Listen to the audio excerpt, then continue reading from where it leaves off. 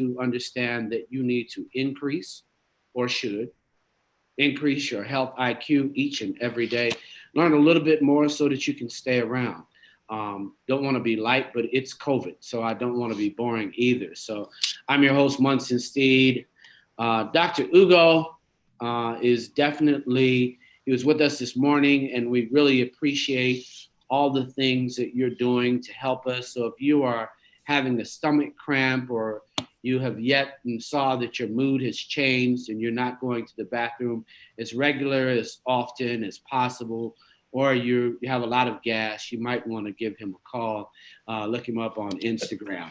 But at any rate, then there is the intellectual capacity, who flies between Florida and Martha's Vineyard. And we have Dr. Taylor, who is going to share with us insights. This is all about mental health. And then if you haven't heard about Henry Ford, then you probably want to at least look up Henry Health. And Kevin there does a wonderful job in saving lives and at least allowing us to take a picture of ourselves. If you're wondering why we are light on health IQ, because life is heavy. And for all of you who haven't read the first, sentence in Scott Peck's A Road Less Traveled, it says life is difficult from the start. So maybe we'll start there, because for anybody who doesn't understand that sentence, they have removed themselves from the possibility of beginning to deal with their own mental health. So, Dr. Taylor, we are here for men's mental health. And yes, life is difficult from the start. God knows. Add on racism, add on COVID, and we feel like we are weightlifters. We need to be superhuman. And still, the bullets did not save George Floyd, for sure. Rest in peace. So it's stressful. If we see blue lights, it's stressful. If we see blue uniforms, it's stressful. And if we just actually walk outside our neighborhood, we're already stressful, depending on what neighborhood you walk into. Help us to cope, Dr. Taylor.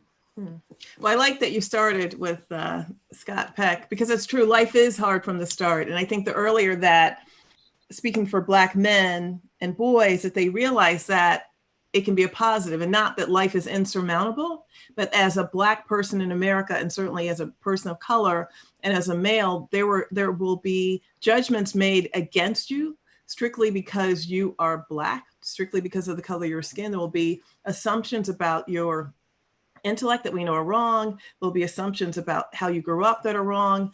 And so there is this constant need to overcome it before you recognize exactly what the enemy is.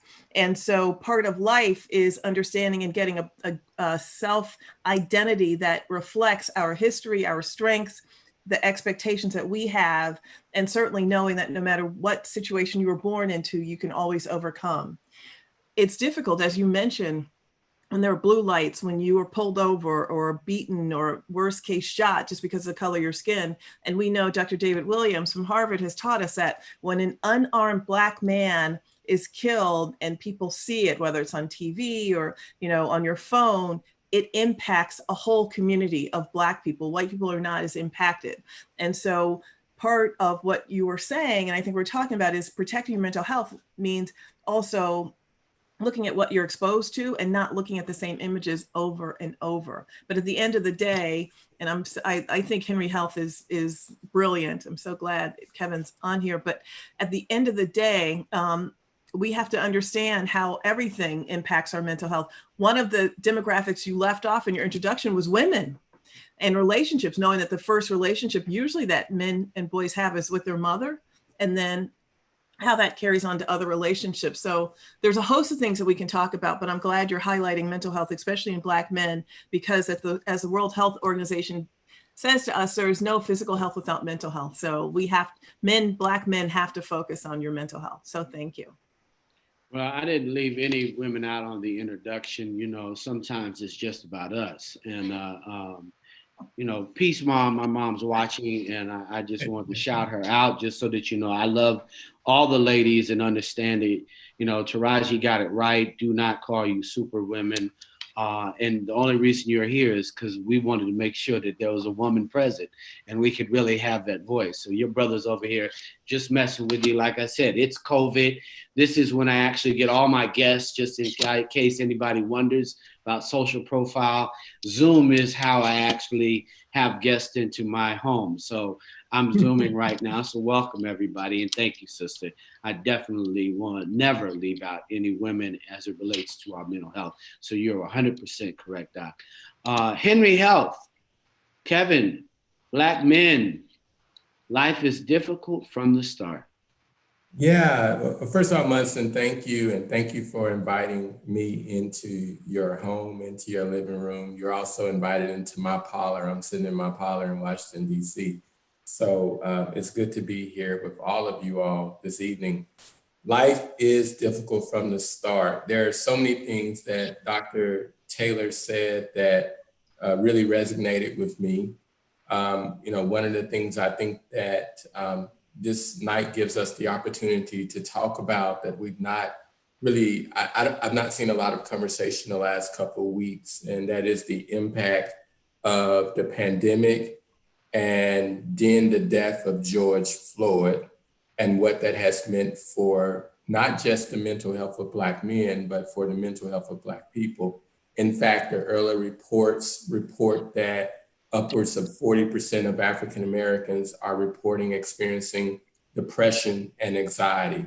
And we know this to be very significant because in the past, Black folk have not even been willing to admit that they were depressed or suffering from anxiety because, quote, we saw that as being crazy. So we're really seeing a shift in the culture around how we talk about mental health, which number one, I believe is a tremendously good thing. And I think that comes from the work, as you mentioned, of people like Taraji Henson, who've been raising and lifting up this idea of mental health and how important it is to our health. But, we are at, I think, what could literally be a crisis in our mental health in Black America. And, Dr. Taylor referred to the work of Dr. Williams, which I think is really powerful. And at some point, all of these sort of killings on television and just even the general awareness in the news, it does take a toll on us. And for Black men in particular, I'll just try to bring the conversation back to Black men. We know this to be true. It plays out with Black men having the lowest life expectancy of any population. Just a few days ago, I had an intimate fireside chat with Dr. Sherman James. And for those of you who do not know Dr. James, he is the originator of the John Henryism hypothesis. Essentially, the John Henryism hypothesis his research proves that the social logical pressures associated with being a Black man increase poor health outcomes and cardiovascular health. Is based on the American folktale of the story of John Henry, who was the steel driving man, worked on the railroad, known for his power and his strength, and was ultimately challenged to this competition with the steam powered hammer. He beat the hammer and later died from a heart attack and stress. And the truth is that is the story of Black men. That is what is happening to us on the day-to-day basis in America. The good news about where we are right now, we're having a very honest conversation in public health and in mental health about what systemic oppression and racism does to our health. And because we have my sister, Dr. Taylor here, I should just mention that in addition to the John Henryism hypothesis, there's also convincing and compelling literature around the superwoman schema. So Taraji Henson said, don't call yourself a superwoman, right? But the truth is that the data shows, like there's published journal articles on the superwoman schema, which shows essentially proves the same argument that we see play out for Black men in our health, we see that play out for Black women.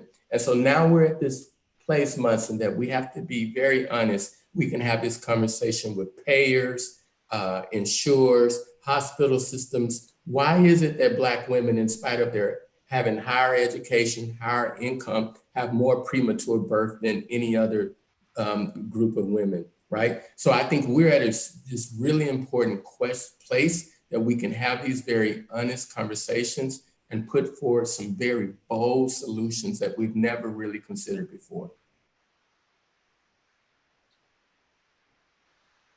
That's my long pause, just in case y'all didn't get it. I was wondering if you wanted more, because I certainly got more, but I was trying to leave it there. No, that was my long pause. You know, when you're here, you kind of pause and kind of let everybody digest. You know, hit them pretty hard. You know, you hit them with the John Henryisms, and you know they got to take that away. For all of you who are listening, we want you to write some of this down so you can do your own research and or go to ARP and at least understand or follow the individuals that you see here and delete some of the people that are giving you some pictures that are not lifting up your mental health or giving you good information. Because I think that is a real tragedy in our community. We are following and feeding ourselves information that is empty. And so it leaves you very empty, and yet you're supposed to be thrilled. And we're following people by the millions, and people are posting the 10,000 times hoping to achieve self-value, and literally are getting no peanuts for that trick.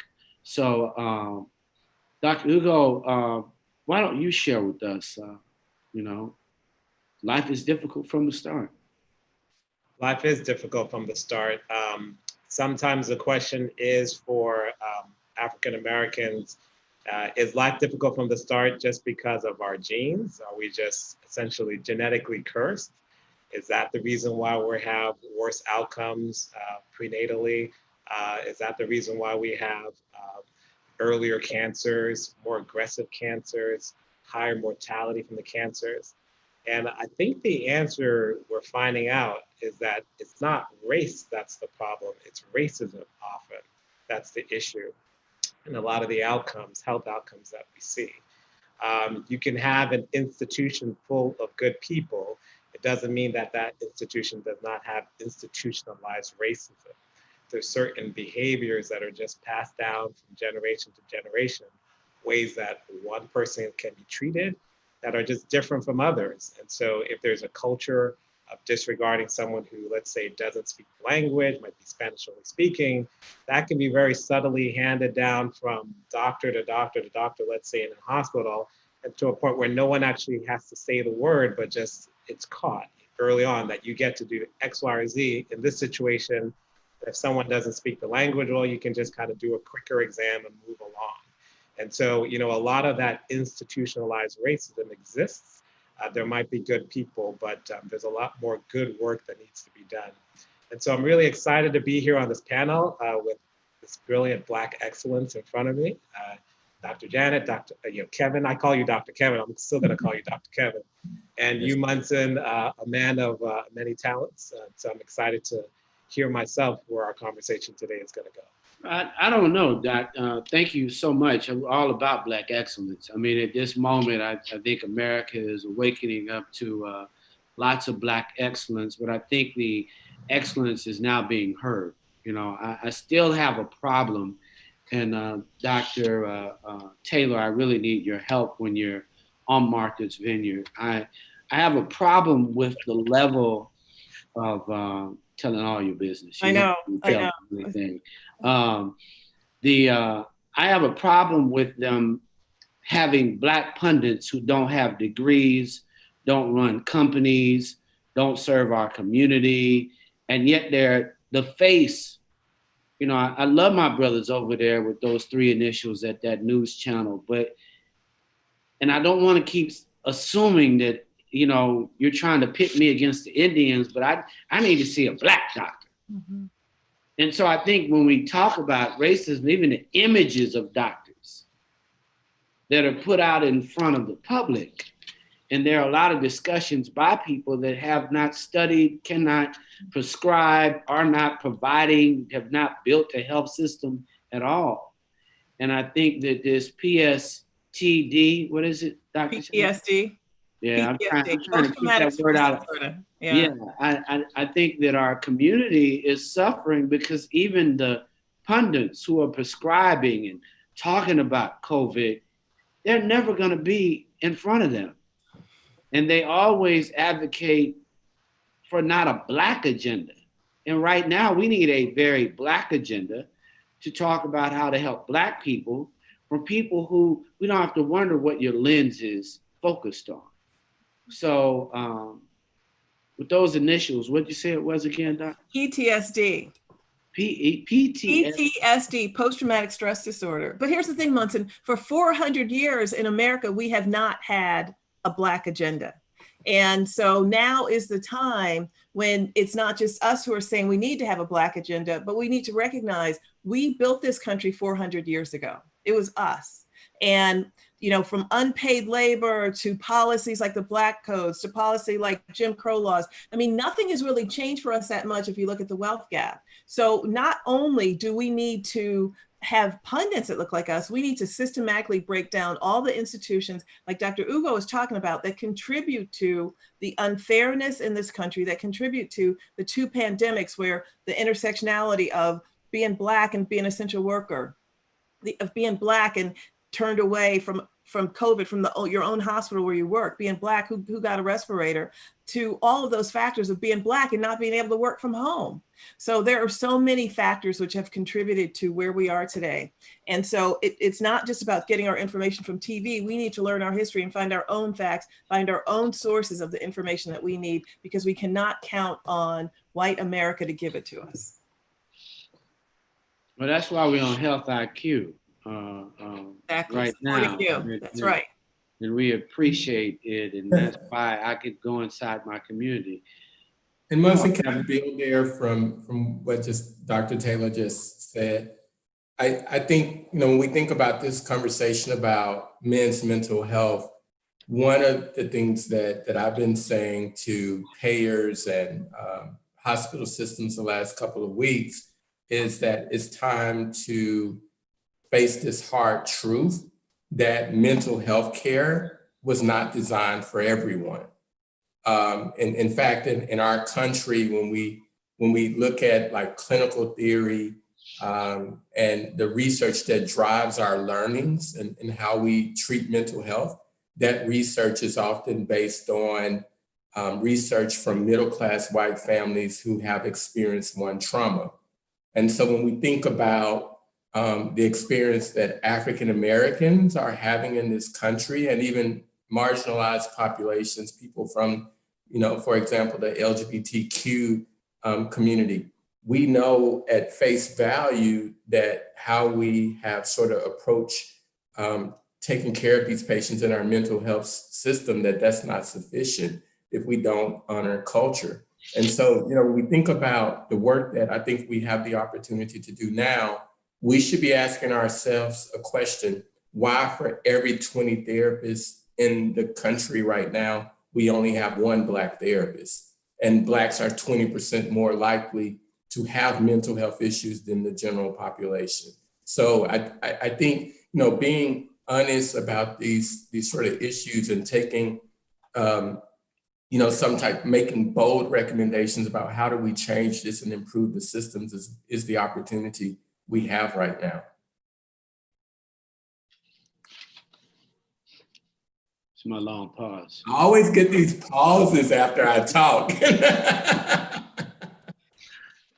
You know, my wife says, don't be a moderator that overtalks the speaker. So clearly for Dr. Ugo, our diet, you know, the intake, it starts with how we eat, how we feel and how we eat. How do they play a role? Because that's your specialty. Right. Yeah. So, you know, it's one of those scenarios where we have these foods that we grew up eating and that we've come to know and love. And I think it's time that we have to be honest with the fact that that can't be our daily staple. It does not work. We eat too much fried foods. We eat too much red meat. We don't eat enough fruits and vegetables. And there have been estimates that essentially a third of all human disease ultimately can be boiled down to our dietary choices. Sometimes people try to circumvent it and do things like taking laxatives or supplements to kind of fix the foods they've already eaten. But if you've already eaten it, it doesn't matter what laxative or supplement or vitamin or mineral you chase down with it. We have to start with what's in front of us on our plate. And so, as I like to say, it's always hard to take a thing away from a person, but if you give them something, it might make them less willing to reach for the thing they don't need. And so, the way we like to think of it is that if you have a plate in front of you, half of it should have fruits and vegetables. You can go crazy with it. All the fruits you like, vegetables you like, and that will automatically just fill you up. It absorbs the water, keeps it in your system, and makes you less likely to eat things that have cholesterols that are bad for you, less likely to consume things that are high in glucose if you don't need to be on that, less likely to have you eat things that are high in sodium that can raise your blood pressure. And so we need to develop a culture, really, and maybe we need geniuses like you, Munson, on this to kind of rewrite what is normative in terms of the Black American diet, or the American diet, really. We need to have new normals in terms of fruits, vegetables, healthy things on our plate that we identify with and that we look for routinely. I appreciate the compliment about being a genius, but he was really talking about playfulgenius.co, my children's book site and toy site. When he was referring to genius, I have no desire to I like to be around geniuses like yourself, Doc, and he is always so polite. But this is a Black agenda, and we have to say it. And I'm encouraged because Doc is polite. We actually hung out this morning. But if you don't eat fruits and vegetables all day long, you are killing yourself. We need to put it out there. You should not go to a church that offers fried chicken at the end of a funeral. I mean, that is a problem, and we all have to say it loud. I think we're all practicing as a community, and I don't know, I'm not in the healthcare profession. I love my community, but our health KPIs are still not coming out of COVID. No one, and literally Kevin and I talked about it. Everybody's getting the COVID 20 and the COVID 15. Like he said, freshman year, you put on 15. Well, I think Dr. Ian said this is all about reset. If you're not striving for your high school weight, you're striving for the cemetery. Got to make a decision. Not wearing a mask, you're striving toward the cemetery. We got to make a decision. So, I know you're working on your book about diet and the Black diet. I know that you're doing that. I know that that's the book coming out with you, and so everybody needs to look out in February of next year. He has a book coming out on the Black diet, which talks and breaks down the whole, channeling of food as it relates to emotions and how it actually produces internal disease. Because my community needs to understand what glucose is. And there's a new tracking of conversation. But for all of us who are literally suffering, why don't men, and please hit me with some KPIs, key performance indicators, because, I forget that PTSD, but I know you were going to tell me what it is. So I'm counting on you, sister, But I really want to know some new insights on why Black men are not going to the doctor on a regular basis and why other Black men are allowing them not to go. We'll start with Dr. Jen. Okay, so we started this off talking about how life, the start's not fair. I think we have to talk about the role of stress and chronic stress as that relates to anxiety and depression, as that relates to the choices that we make. And we know when people are depressed, they're less likely to go to the doctor. And the other is, I think, as Dr. Ugo was saying, we have to change our mentality about what it means to be healthy. Now, part of that is in America, healthcare is a business, and healthcare certainly there's money made in prevention, but we haven't always said be the healthiest, because when you get paid for insurance, even though they're starting to change reimbursement for having a disease state. So too often we don't think about what'll make us better. I know for Black women, I don't know the stats on men, but Black women will present to their healthcare provider 10 times before they're asked if they're depressed or not. We have to change that, which means we have to teach individual Black men to know what they feel like when they're stressed, to know what they feel like when they're depressed, to know what they feel like when they're angry, when they're frustrated, which means as a community, and specifically as Black women, when our men tell us they're in pain and they're stressed, and our little boys tell us they're in pain and stress, we can't say to them, you know, man up, or boys don't cry. We need to allow them to have the emotions that drive them to want to go see a therapist or want to go see a doctor. Most of my patients who are Black men, I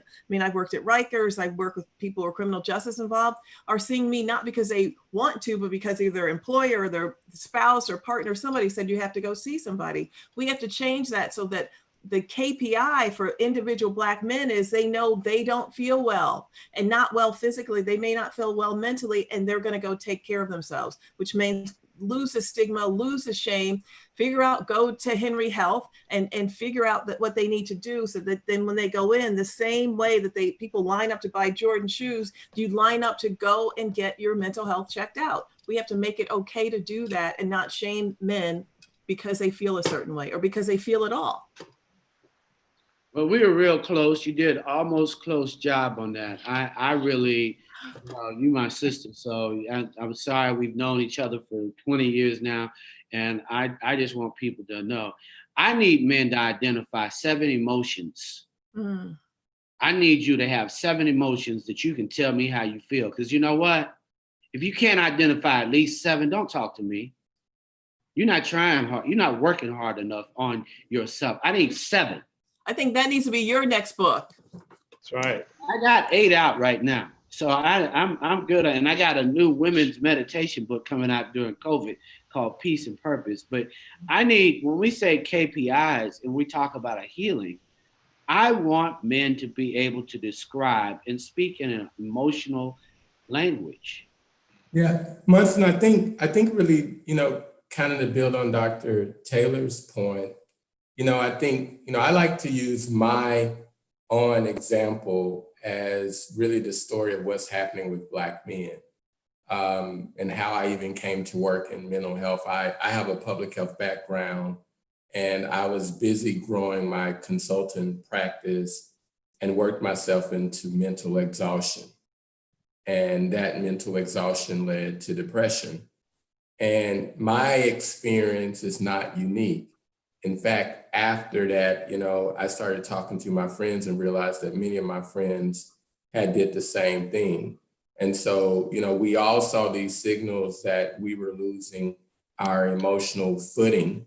But, our culture says to us, man up, keep pushing, be tough, be strong. And so, although, we could feel that me personally, I felt, like I'm losing my center, I still had these expectations from my family, my friends, and society that, I'm supposed to be able to solve all the problems, and I wouldn't take the break and the space that I needed to recalibrate.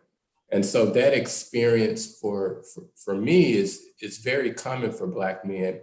And then to go a step further, when we do find ourselves in depression, what we know, and the doctors are here, they can reinforce this, depression for Black men shows up in ways that it doesn't show up for any other population.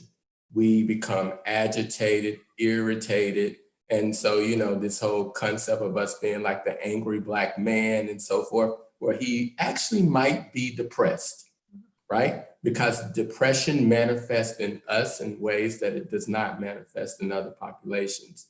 So I think, part of this, setting the KPI is first, we have to do some education work about what it means to be mentally healthy. There's nobody gets an award, should get an award for sleeping 4 hours a day and working 15 hours. That's not what the human body is designed for. But we grow up in this culture where we're told we should be twice as good as white folk. That's insane. That's an insane idea. I push back on that with my children. What we should be teaching our kids is to give their best, not that we have to be twice as good and so forth. So I believe that these types of narratives sort of further contribute to the detrimental position of Black men's mental health. And the silence again. Okay, I'm coming for you in a second, but because we still missing, and we only got a half hour more. Dr. Ugo, I'm gonna let you get 4 minutes on that conversation. I'm coming back at Kevin because I love it, Kevin. You just keep sharing. I'm gonna know you real good. Can't wait. Yeah, so I think you mentioned feeling emotions. I think one of the emotions that keeps Black men away from seeing their doctors is fear. Fear of what the diagnosis is going to be. There's a lot of stigma with psychiatric illnesses. We see it portrayed in always negative ways in our stories that we tell ourselves through our books and through our films. And so fear of being identified as that person, that keeps people away. They don't want to feel that. I think another emotion that keeps people away from seeing their doctors is embarrassment. There was a study done from Cleveland Clinic that found 46% of men who reported they don't go to see the doctor sometimes just because they're embarrassed to talk about the issue. Sometimes it's psychiatric and sometimes it's bodily. Their prostate, their bowels, the gassiness that you mentioned earlier. There are a lot of symptoms people have that kind of keep them away from seeing the doctor, and it doesn't need to. And I think another important emotion or concept that keeps people away is that concept that they are not Superman, just that sense of mortality. And the same study showed that 41% of men don't like that sense that they can be reminded that life is fleeting, that they're not here forever. And so they'd rather just ignore it, push it away so that they can continue to maintain the facade of being impenetrable, but none of us are. When you think about my language, because see, 7 is real important for me, Kevin. I'm really sincere when I say that. It's kind of like I would tell all my, Black women go to Al-Anon, go to Black men pick one, NA or AA, and you're gonna have to find somebody you can talk to because go find a stranger in a 12-step group so that you're not alone and you can at least begin to evaluate your perspective on life from beginning to end to know that you're okay. Because we're so bottomed out that I don't have somebody to say, I am really hurt by what happened at my job. I'm embarrassed the fact that they didn't pick me for the promotion. And the fact that my wife now makes more money than me and can tell me something, I'm so angry about that when she talked to me the way she did, I felt like I wanted to do something that I never wanted to think about, but I was hurting inside. And the fact that she said it, I'm gonna never forget it. Now, when you have conversations and then you add what your mama said about your dad, all of a sudden I got this whole complicated history that keeps following me with even women in my life that have offended me in ways, but I had to love them in spite of. So I began to hate myself a little bit because I was fearful of expressing how I honestly felt, because she repeated it back to me after that about 250 times. And so not only am I depressed, I'm angry, I'm lonely and feeling that I'm the only Black man that feels this way in America. And I still don't see who I am when I listen to television or read a magazine, and they already tell me that I'm redlined against. So I'm depressed even more because in my loneliness, I feel like I'm sorry and that there's something wrong with me and that there's no fix it. And so even when I show up at the doctor, he wants to give me a pill and I just really want to be fixed. I really don't want to be broken, but I feel broken, but I don't know how to say that I feel broken. And emotionally, I'm angry, I'm depressed, I feel lonely, I feel let down, and I feel like I'm being attacked from all forces, from my finances, my love life, the community, and people like Jay-Z more than they like me. And he ain't never gave him a health IQ. just a few emotions, Doc. You know, if we can't say how it is, how are you gonna feel when you get to your first PSA and, I have a female physician, so she has to put her index finger in my rectum.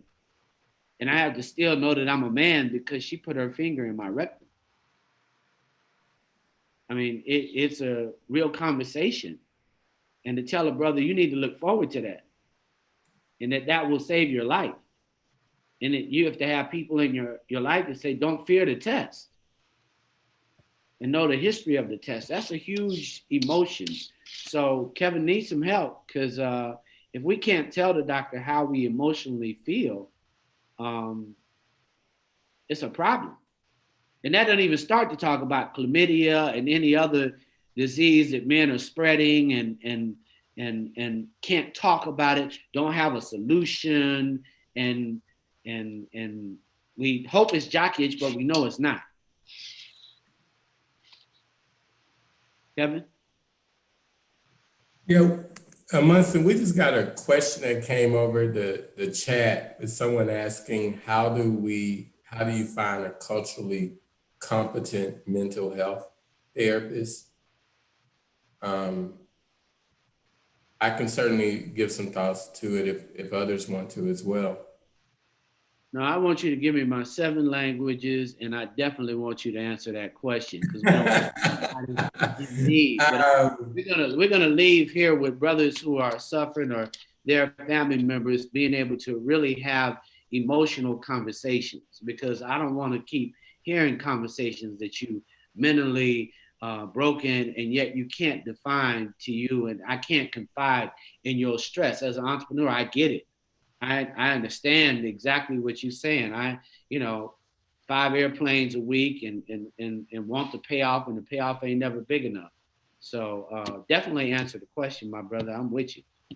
Yeah, so the person asked this question about a culturally competent therapist. I think this is really a real significant issue. In fact, we know that the data tells us that 50% of African Americans terminate therapy prematurely because of provider fit. So the experience that I had in seeing 3 therapists before I found a therapist who worked is not uncommon. That that's half of the people who even engage in therapy find themselves in that situation. So I think this is a really difficult question, because the other data point is, and I mentioned this earlier, less than 4% of the therapists in the country are people of color, and there's nothing about their training that trains them to prepare us. So the therapists I found that worked for me, I actually heard a couple talking about how good he was for their marriage, right? And so, at Henry Health, I should just mention, we're providing therapy in DC, Maryland, and Virginia. So certainly the person who asked that question, I can guarantee you a culturally competent therapist if you live in that area. But I would say that, your recommendations, the best way to find a culturally competent therapist is through your social network in these other places. Like, find someone, the couple that told me about Tony Spann, who today is our chief clinical officer, they didn't even know that I was looking for a therapist, but they were just talking about how amazing this therapist was with their marriage and how he had helped them get their marriage on the right track. So I would say it's really important that we, in our circles, we talk more openly about mental health. And if you've had a therapist who works, tell people about it or her. So that's my answer to that. I'll leave it there, Munson. Can I add? And then I want to get back to your point, Munson. Yes, and cultural competence doesn't just mean that they are the same color as you, or the same gender, or even the same sexual orientation. They need to be competent in what they do. They need to be able to listen to you, and so that you feel that you are getting what you came for. And sometimes it is a good fit. But depending on where you live, you may not have the luxury of having someone who looks like you. But now, certainly with telemedicine, you can find that. But understanding, like when you're going to talk, it may be uncomfortable, and just not to put that on the therapist, but understand the therapist can tolerate it and try to stick it out a couple of sessions if it works, so that you don't lose that ability. But Munson, I think everything you said captured so much about what I see in Black men in terms of the trauma that they've had that they've never talked about. And trauma doesn't have to be like full on, you were in the towers when they fell. I'm talking about sexual trauma. It could be sexual abuse. It could be physical abuse. It could be neglect. It could be watching your parents' relationship, and then how that plays out in different relationships that we have. And so again, we mentioned depression. If you feel depressed and it lasts longer than 2 weeks, or you feel like you don't have the same interest in your usual things that you like to do in terms of sex, not sleeping, not going to work, or if you find that you're coping in negative ways, too much alcohol, smoking weed, spending money, you don't have all those things, then you may be depressed. And you don't have to see a psychiatrist. You can start with your healthcare provider, which could be a nurse practitioner, which could be your primary care doc, but just be willing to talk about how you're feeling. But everything that Munson said about, and not just, maybe this is my point I can play on the panel, I think as Black women with our Black men, we have to learn to fight fair, which means not bringing up when they say something about how they feel, or a weakness or a fear, we can't throw that in their face for our benefit. It doesn't help our relationship, and it doesn't help them. So I think we have to deal with our own issues, and then realize, as Munson said, the importance of a healthy relationship, which is not just about what you can acquire, but how you treat each other and how you support each other.